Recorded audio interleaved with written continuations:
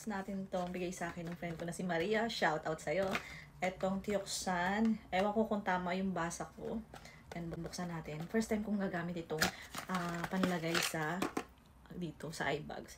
So, sabi dito, i-ano lang daw to. Paano ba to? I-ganyan? Ipipress mo siya dito. Ayan. Tapos may lalabas siya na liquid. Chok, chok, chok, chok. Ang cute niya. Ay! Oh my God. Tumalsik. So, ilalagay natin siya dito. So, gagamitin daw siya.